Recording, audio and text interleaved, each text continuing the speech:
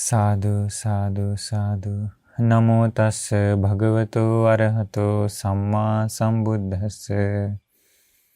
सर्वप्रथम उन तथागत भगवान बुद्ध जी को हमारा नमस्कार हो एवं मेरे आचार्य गुरुदेव के चरणों में मेरा सादर नमन हो। नमो बुद्धाय। आज हम आप लोगों को एक सुंदर ज्ञान की बात बताएंगे जातक कथा से। आप लोग जातक कथा के बारे में सुने होंगे। तो ये जातक कथा पुस्तक है, देखिए सिंहली भाषा में है। तो उसमें से हमें एक बहुत ही सुंदर जातक कथा मिली। ये जातक कथा पढ़ते समय मेरी आंखें नम हो गई। मतलब इतना इतना गुणों से भरपूर है, ज्ञान से भरपूर है, आदर्शमय है। एवं वो जातक कथा पढ़ते समय समझ में आता है कि भगवान बुद्ध जी पिछले जन्मों में कितना मेहनत की है, असामान्य प्रयास किए हैं। तो इसी जातक में बहुत सारे गुण हैं। आप देखिए कि इसमें आपके पास ये गुण है कि नहीं। इसी जातक में विशेष रूप से है एक सच्चे नायक की पहचान के बारे में। मतलब जो वास्तविक नायक होता है वैसे नायक में कौन कौन सा गुण होना चाहिए। जैसे स्कूल का मेन नायक हो सकता है, ऑफिस का नायक हो सकता है, हॉस्पिटल का नायक हो सकता है, कंट्री का नायक हो सकता है। मतलब अलग अलग फील्ड में जितने भी नायक होते हैं ना, तो हर नायक लोगों का कर्तव्य होता है कुछ ना कुछ। इसमें वही कर्तव्य के बारे में अच्छा से दिखलाया गया है। आदर्श लेने के लिए आदर्श से भरपूर है। आप सोच नहीं सकते हैं इसमें जो गुण है, एक विशेष व्यक्ति में जो गुण है वो गुण मनुष्य में होगा ऐसा हम सोचते ही नहीं है। मतलब कि आजकल ऐसा गुण हो ही नहीं सकता किसी मानव में। इतना अद्भुत वो गुण था। उसके गुणों को देख करके मनुष्य भी चकित हो जाता है, राजा भी चकित हो जाता है।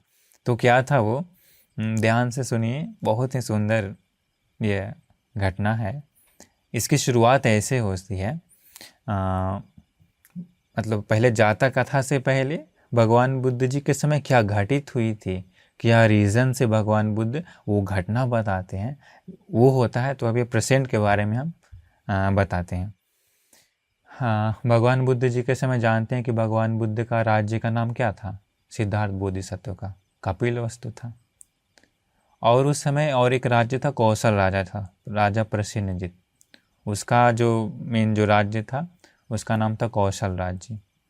तो भगवान बुद्ध जी ज़्यादातर श्रावस्ती में ही रहा करते थे। तो श्रावस्ती उसी राजा की राज्य के अंतर्गत में आता था।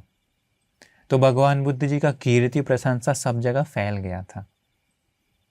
तो राजा को भी तो राजा भी बड़ा ही श्रद्धावान था, वो राजा कौशल राजा।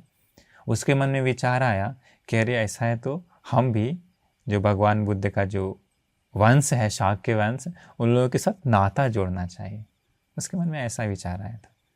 तो इसलिए फिर कौशल राजा ने क्या किया, कपिलवस्तु नगर को, राज्य को एक संदेश भेजा कि वहाँ से एक रानी भेजिए हमारे लिए, क्यों नाता जोड़ना चाहता है ना।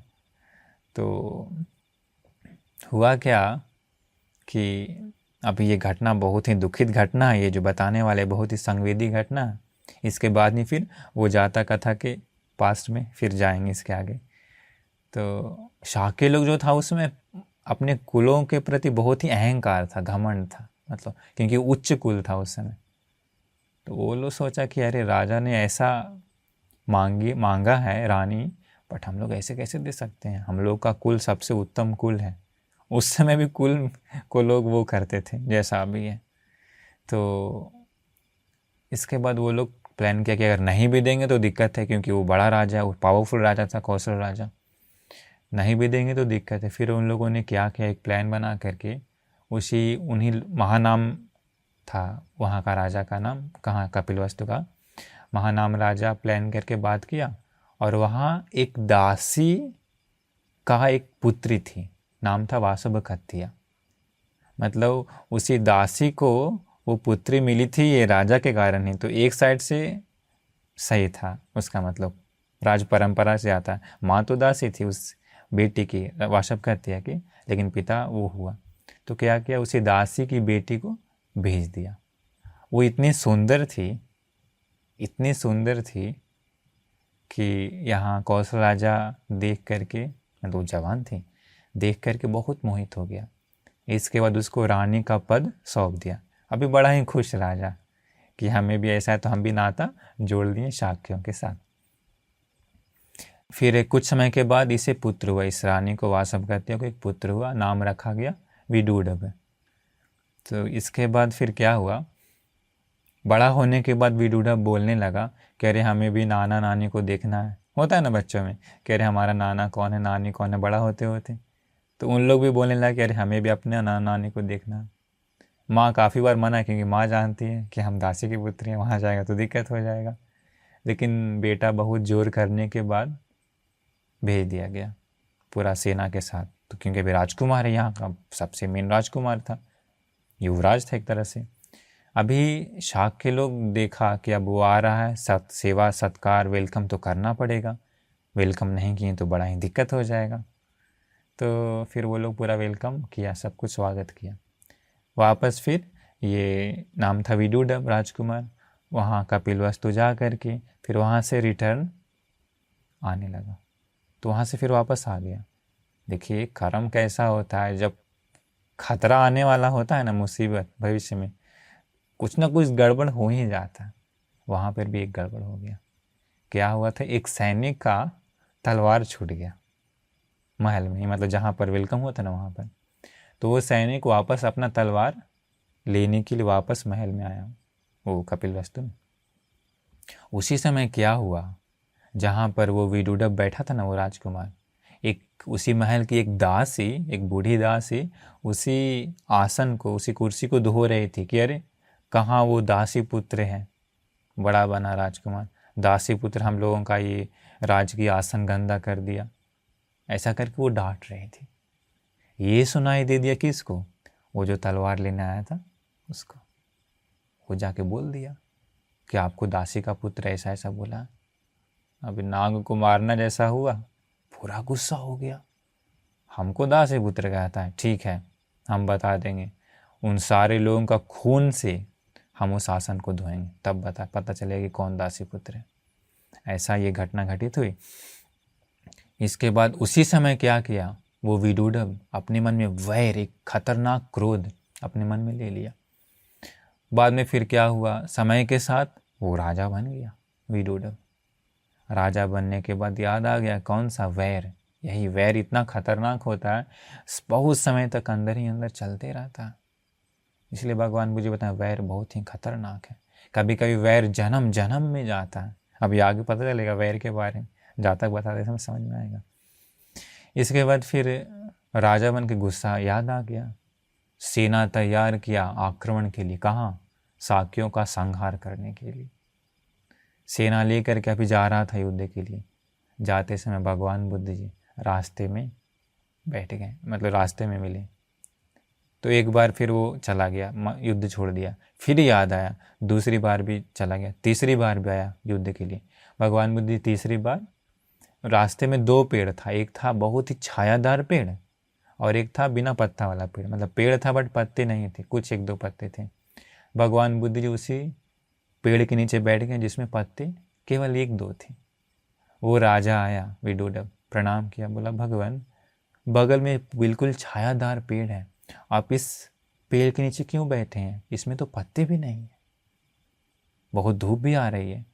भगवान बुद्ध जी कहते हैं कि महाराज अगर हमारा ज्ञाति परिवारों को संकट होने वाला है तो हम कैसे आराम से बैठ सकते हैं।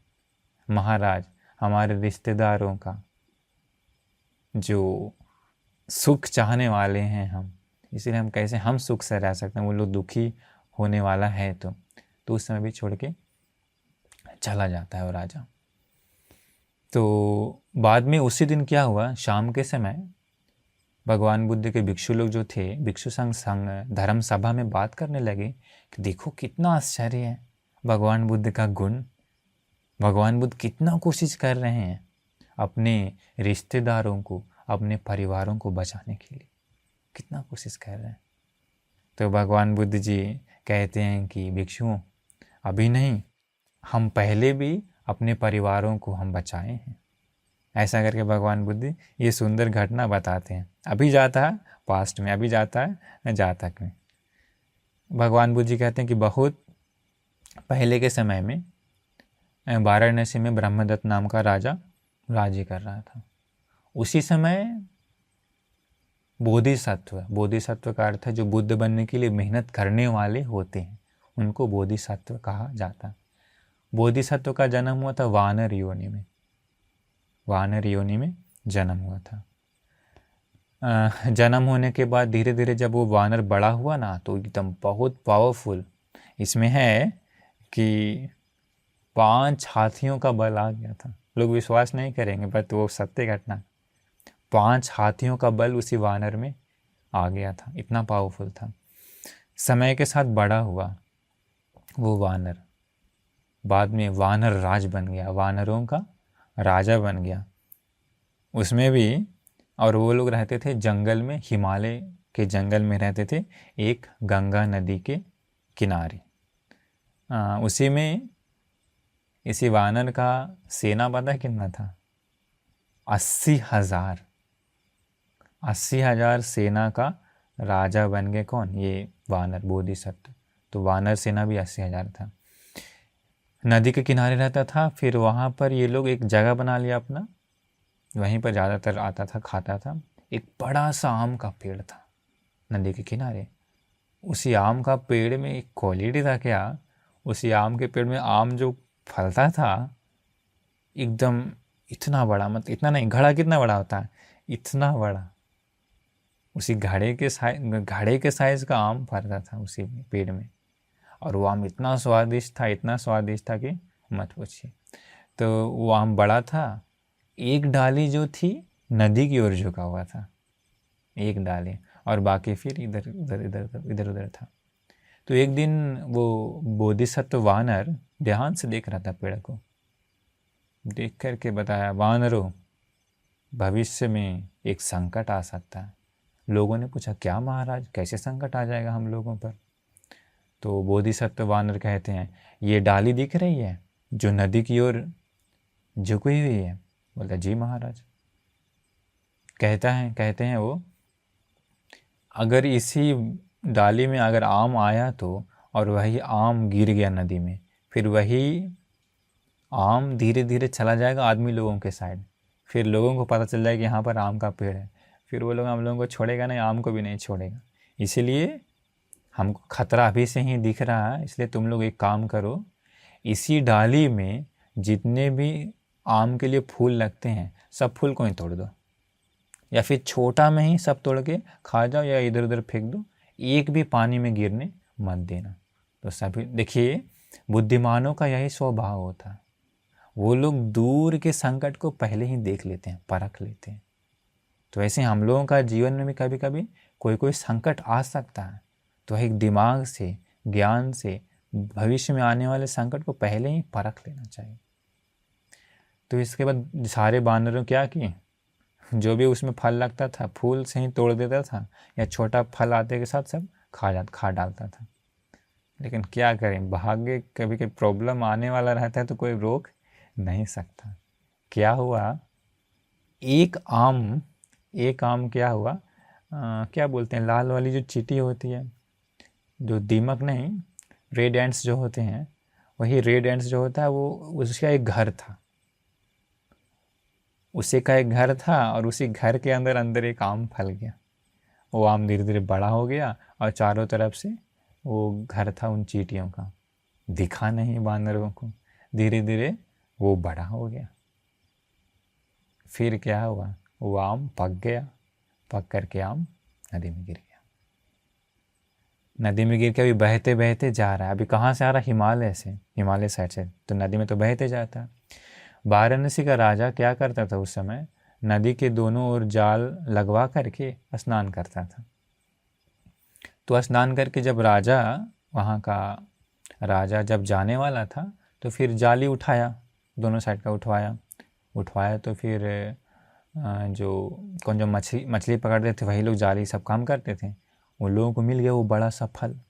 वो लोग तुरंत लेके हाथ में आया महाराज के पास, महाराज महाराज देखिए क्या तो मिला है, नदी में बहते आया, बड़ा ही सुगंध है महाराज।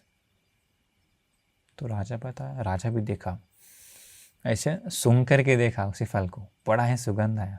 अरे, क्योंकि राजा कभी देखा नहीं था, उसको भी नहीं समझ पाया कि ये आम है, उन लोग भी नहीं देखा था।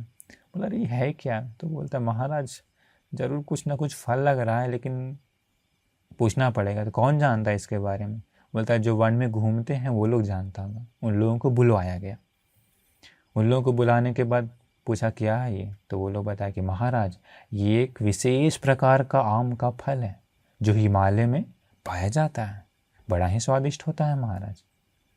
तो राजा बोला आम है, ठीक है, ऐसा तो अपना चाकू निकाला, थोड़ा सा काट के दिया उसको। वन में घूमने वाला खुद नहीं खाया, क्यों? अगर कुछ विषैला फल होगा तो दिक्कत हो जाएगा ना, दिमाग लगाता है राजा लोग भी। तो लो खाओ तुम पहले और तब बताओ क्या है। तो वो क्या किया, वो थोड़ा सा लेकर के फिर वो आम खाया। बोला महाराज स्वाद एकदम बेस्ट, ऐसा आम आप कभी नहीं खाए होंगे, इतना स्वादिष्ट है। राजा बहुत खुश हुआ। राजा क्या किया, उस आम को कटवाया, पूरा कटवा के, बड़ा है ना, इसके बाद कटवा करके अपनी रानियों को भी दिया, मंत्री लोगों को भी दिया और खुद खाया।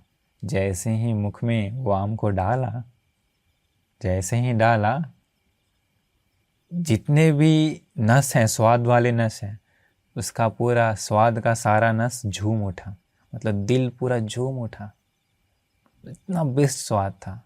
खुशी के मारे वो चिल्लाने लगा राजा कि अरे वाह इतना स्वादिष्ट, पूरा उसी स्वाद के प्रति दीवाना हो गया, यहाँ तक कि पागल हो गया वो राजा। पागल किस लिए हुआ पता है? उसी स्वाद से। आगे क्या हुआ, राजा सारा काम धाम छोड़ दिया, बोला हमको ये आम चाहिए नहीं तो हम मर जाएंगे, हमको सारा आम का पेड़ चाहिए, नहीं तो हम मर जाएंगे, हम कोई काम नहीं करेंगे। इतना स्वाद, सोचिए कैसा स्वाद होगा वो। इसके बाद फिर क्या हुआ, सारा राजकीय काम छोड़ दिया। पूछा वो पेड़ कहाँ मिलेगा? तो वो लोग बताया कि महाराज नदी के साइड से जाते रहेंगे तो हिमालय में एक नदी के किनारे मिल जाएगा। ठीक है, राजा क्या क्या सारे सैनिकों को बोला और बहुत सारा नौका एक साथ बंधवाया। सारे सेनाओं के साथ राजा नदी में उल्टी धारा हिमालय साइड चल पड़ा। देखिए, किसी को कोई तृष्णा हो जाती है तो फिर उसको छोड़ता नहीं है। भगवान मुझे एक सुंदर बात बताएं, एक जगह पर एक सूत्र में है, तन्हंग पटिच्च पर्येषणं पटिच्च लाभो। भगवान मुझे कहते हैं तृष्णा, इच्छा के कारण ही कोई व्यक्ति कुछ ढूंढता है। अभी इस राजा के मन में क्या हुआ, इच्छा जागी आम के प्रति, इसलिए अभी खोज में निकल पड़ा। पर्येषणा पटिच्च लाभो, भगवान बुझी कहते हैं फिर कोई इच्छा उत्पन्न होती है, फिर उसको ढूंढता है, ढूंढने कारण फिर वो वस्तु मिल जाती है। मिल जाने के बाद भगवान बुझी कहते हैं क्या होता है, लाभं पटिच्च विनिच्छयो, मिल जाने के बाद फिर वो व्यक्ति उसका क्वालिटी देखता है। जैसे अभी सामान ले लेंगे तो किसी इंसान को मान लीजिए कोई एक कपड़ा पसंद आ गया, कपड़ा के बारे में तृष्णा जागी कोई अच्छा सा, फिर वो उस कपड़ा को ढूंढता है, पैसा लगा के ये करके वो करके, फिर वो कपड़ा मिल जाता है। मिल जाने के बाद फिर उसका क्वालिटी देखता है। क्वालिटी देखने के बाद भगवान मुझे बताएं फिर उसका मन उसी के प्रति बंधन हो जाता है। बंधन हो जाने के बाद फिर उसको सुरक्षा करता है, संजोग के रखता है कि अरे ये कोई ले ना ले, अरे ये कहीं खराब ना हो जाए। संजोग के रखने के बाद ही फिर आगे लड़ाई झगड़ा होता है उसी कारण, सुरक्षा के कारण। तो ऐसा है, वो एक बहुत गहरी बात है, तो हम वो थोड़ा सा बताएं। तो यही राजा के मन में तृष्णा जागी, फल को खोजने निकल पड़ा। खोजते खोजते खोजते गया, 3 4 5 कई दिन बीत गए। फाइनली वो लोग उस आम के पेड़ के पास पहुंच ही गए। राजा बहुत खुश हुआ, अरे कम से कम हमारा प्राण मिल गया, अब हम मरेंगे नहीं, जिंदा रहेंगे, आम मिल गया, हम खाएंगे अब।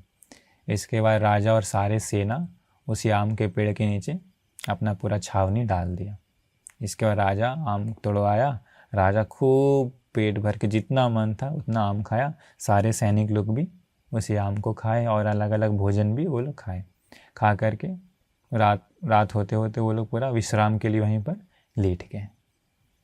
इसके बाद फिर क्या हुआ, लेटने का जब रात हुई ना, जब ये लोग सो गए, सोने के बाद वो बोधिसत्व वानर और उसका जितना सेना था 80,000, वो सब पेड़ पर आ गए और आम खाने लगे। उसी समय क्या हुआ, राजा की नींद खुल गई। उसी शोर से, उसी आवाज़ से राजा तुरंत कलबल हो गया। अरे बाप रे, 80,000 वानर, सोचिए तो कितना ज़्यादा होगा ना, 80,000। राजा थोड़ी देर के लिए तो डर गया राजा। तुरंत अपनी सेनाओं को उठाया, अरे उठो उठो उठो, बानर लोग आ गए हैं, जल्दी सब लोग तीर धनुष निकालो, एक भी बानर को मत छोड़ना, चारों तरफ से घेर लो। सारे सेना धनुष लेकर के, बाण को संधान करके सब रेडी हो गया मारने के लिए। राजा बोला, आज हम लोग आम भी खाएंगे, बानरों का मांस भी चखेंगे, कैसा लगता है। सब तैयार मारने के लिए। अभी सारे बानर जो थे मृत्यु के भय से थर थर थर थर कांपने लगे। कांपते कांपते कांपते वे लोग गए अपने वानरों का राजा बोधिसत्व वानर राज के पास। बोधिसत्व के पास जाके कहते हैं कि महाराज देखिए, नीचे हम लोगों का प्राण लेने के लिए सब तुरंत तैयार हैं, सब हम लोगों को मारने वाले। महाराज हम अब क्या करें, क्या हम लोगों का जीवन खत्म हो गया, क्या जीवन खत्म हो गया। देखिए, बुद्धिमानों का स्वभाव होता है डरता नहीं है, तुरंत डरता नहीं है, तुरंत बेचैन भी नहीं होता। बोधिसत्व जो राजा थे डरे नहीं, बोलते हैं। देखिए, नायक का कैसा कर्तव्य होता है।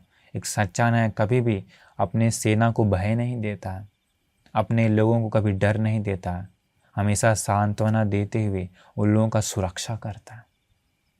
अभी वो कहते हैं, डरो मत, जब तक हमारे दिल में जान है, हमारे देह में जान है, तुम लोगों को कुछ नहीं होने देंगे, ऐसा कहते हैं।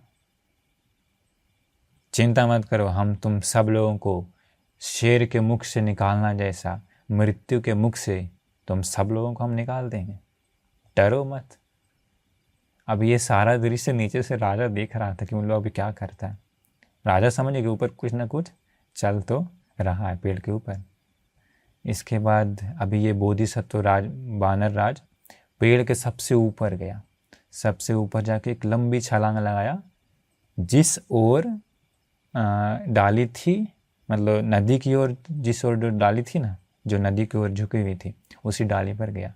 वहाँ से एकदम छोर पर जा करके एक शक्तिशाली, एक लंबा छलांग लगाया नदी के उस पार। नदी का चौड़ाई इसमें लिखा हुआ है 100 धनुष। धनुष के उस समय पता नहीं धनुष से मापा जाता होगा, मतलब एक धनुष जैसा 100 धनुष की दूरी थी। 100 धनुष की दूरी को वो छलांग लगा दिया। सोचिए तो, मतलब 100 फीट तो नहीं होगा, उससे भी ज़्यादा होगा ना। सोचिए कितना बलवान होगा वो वानर राज। नदी की उस ओर छलांग लगा के उधर गया और छलांग से ही पता लगा लिया, अंदाज़ा लगा लिया कि हम जो छलांग लगाएं इसकी दूरी कितनी होगी। उधर जा कर के एक बड़ी सी, एक लंबी सी एक लता को तोड़ लिया। तोड़ करके लता को क्लीन किया। लता मतलब लाइक रस्सी टाइप का, क्लीन करके अभी उसी लता को उधर एक पेड़ में बांध दिया। ऊपर पेड़ में बांध करके सोचा कि अभी हम जो पेड़ में बांध दिए उसका इतना जाएगा और बाकी इतना जाएगा। तो लता को पेड़ में बांध दिया और बाकी लता को अपने पेट में बांध लिया और अभी उधर से ऊपर पेड़ पर जाके जंप किया अपना आम के पेड़ की ओर। लेकिन एक दिक्कत हो गया, पता है क्या? अंदाज़ा जो लगाया था वो सही लगाया था कि इतनी दूरी होगी, लेकिन जो पेड़ में बांधा वो भी सही अंदाज़ा लगाया, लेकिन एक अंदाज़ा लगाना भूल गया। पता है क्या? अपने पेट में भी बांधा ना, वो भूल गया वो कि अरे उसका भी कम पड़ सकता है हमको। तो उधर से जब इधर छलांग लगाया तो इधर आम के पेड़ के पास आया, किंतु दुर्भाग्यवश रस्सी कम पड़ गई। केवल हाथ से पकड़ पाया डाली को और बाकी फिर ऐसे बीच में मतलब अटका हुआ, जैसे इतना है तो उसके बाद रस्सी है, इधर उसका पूरा शरीर था और केवल हाथ से पकड़ लिया डाली को। क्या करे अभी देखिए, लेकिन देखिए राजा अपनी प्रजा को कैसे बचाता है संकट से। देखिए तो मतलब अपना प्राण को छोड़ करके अभी वो अपने प्रजा का प्राण को देख रहा। इसका तुरंत इशारा किया, अरे जल्दी जल्दी करो जल्दी करो, ये मारने वाला नीचे से ना, मेरे पीठ के ऊपर से सब जाओ जल्दी जल्दी, भागो सब भागो। तो देखिए गुणवानों का भी स्वभाव होता है। जो प्रजा थे, जो बाकी वानर थे, कितने गुणवान होंगे, अपने राजा के पीठ के ऊपर जाना नहीं चाहता है। सामान्य अभी के लोगों ने तो अपने प्राण को बचाने के लिए तो अपने लोगों को भी धोखा दे देता है ना। अभी के समय में अपना प्राण बचाने के लिए कुछ भी लोग कर सकता है, लेकिन वो देखिए अपना प्राण को छोड़ अपने प्रजा को देखता है। बाकी लोग भी क्या किया, पहले प्रणाम किया, महाराज हम प्रणाम करते हैं, हमें क्षमा कीजिए, क्षमा मांग करके आदर गौरव के साथ उसी बानर के पीठ पर पैर रख करके फिर आगे जाता है। वैसे धीरे धीरे 80,000 सब निकल गए। सोचिए तो कितना दर्द दिया होगा, कितना देर अटका हुआ होगा, लेकिन सब सहन किया। किस लिए? अपनी प्रजा की रक्षा के लिए। देखिए सच्चे नायक का कर्तव्य तो वही है। अद्भुत है उनका गुण। दुर्भाग्यवश क्या हुआ, एक दुष्ट बानर था, एक बड़ा ही दुष्ट बानर था। कौन? देवदत्त। उसी ग्रुप में वो देवदत्त जन्म जन्म में वैर करते ही आया। वो सोचा अरे आज तो हम छोड़ेंगे नहीं, इसको मार के हम राजा बनेंगे, ऐसा ऐसा बुरा विचार से क्या किया, वो देवदत्त वानर जो था बिल्कुल पेड़ के ऊपर जा कर के ऊपर से छलांग लगाया और सीधा आकर के जो वानर था ना, बोधिसत्व वानर, उसके पीठ पर जोर से प्रहार किया। प्रहार के मतलब कूदा।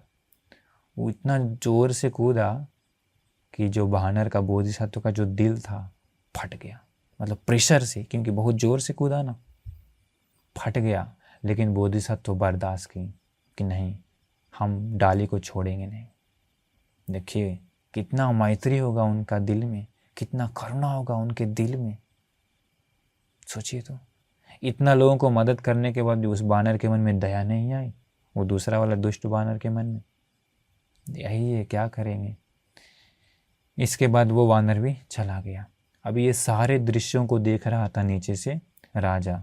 राजा सोचा कि अरे कितना अद्भुत है ये वानर, कि पूरा अपने लोगों का प्राण बचाने के लिए या अपने प्राण को जोखिम में डाल रहा। ये होते होते सुबह हो गई। राजा सोचा कि नहीं, इस वानर को मार नहीं सकते हैं।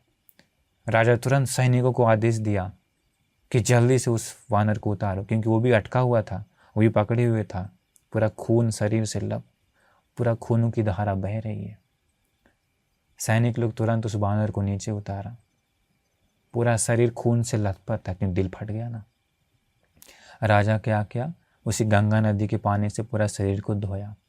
धो करके राजा के पास औषध वाली तेल थी, पूरा हर जख्म पर औषध की तेल लगाया। औषधि तेल लगा करके राजा क्या किया, उसी बानर को क्या मध और पानी मिक्स करके वो पानी पिलाया।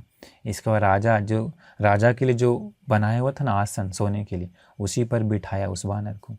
और फिर ऐसे पूछता है कि हे वानर, तुम इधर से उधर कूद करके तुम इन लोगों को प्राण को बचाने के लिए अपने प्राण को जोखिम में डाले। आखिर ये लोग तुम्हारा कौन लगता है? कौन है ये लोग तुम्हारा? क्यों तुम अपना प्राण इतना जोखिम में डाले? तो बोधिसत्व राजा कहता है मनुष्य राजा को, देखिए दो राजाओं के बीच में भी चर्चा हो रही है।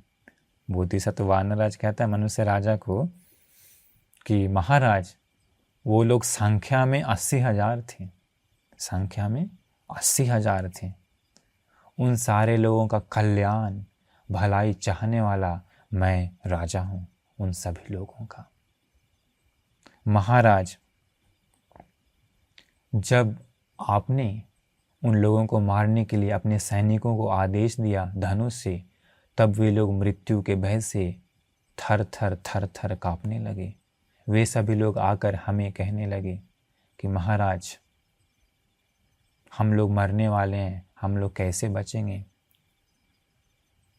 इसके बाद मैं उन लोगों को बताया कि डरो मत, जब तक मैं जिंदा हूँ तुम लोगों को कुछ नहीं होगा, मैं राजा हूँ, मैं भलाई चाहने वाला हूँ। ऐसा उन लोगों को बता करके नदी के उस पार गया। उस पार से एक लता को तोड़ करके इधर आया, लेकिन दुर्भाग्यवश लता कम पड़ गया। लेकिन मैंने क्या किया, अपना कर्तव्य पूरा किया। मैंने उन लोगों को अपने पीठ पर चढ़ करके जाने के लिए बताया। वो सारे लोग खुशी खुशी अपने प्राणों को बचा लिए। महाराज, मैं बहुत खुश हूँ कि मैंने अपने कर्तव्य को संपूर्ण किया। मैं एक राजा हूँ, राजा का कर्तव्य भली भांति मैं किया। ऐसा बता के ये बोधिसत्व राजा उन लोगों को कहता है।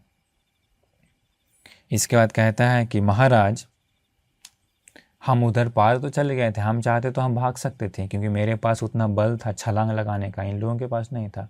हम चाहते तो भाग सकते थे, लेकिन मैं वापस आया अपने मृत्यु की ओर, और मैं उन लोगों को बचाया। मुझे कोई डर नहीं, कोई भय नहीं मरने का, क्योंकि मैं अपने कर्तव्य को पूरा किया। मैंने अपने राजा का कर्तव्य पूरा किया। ऐसा बोल करके वो कहते हैं कि हम जो राजा थे, हम अपना कर्तव्य को पूरा करके अपने प्रजा को सुरक्षा की।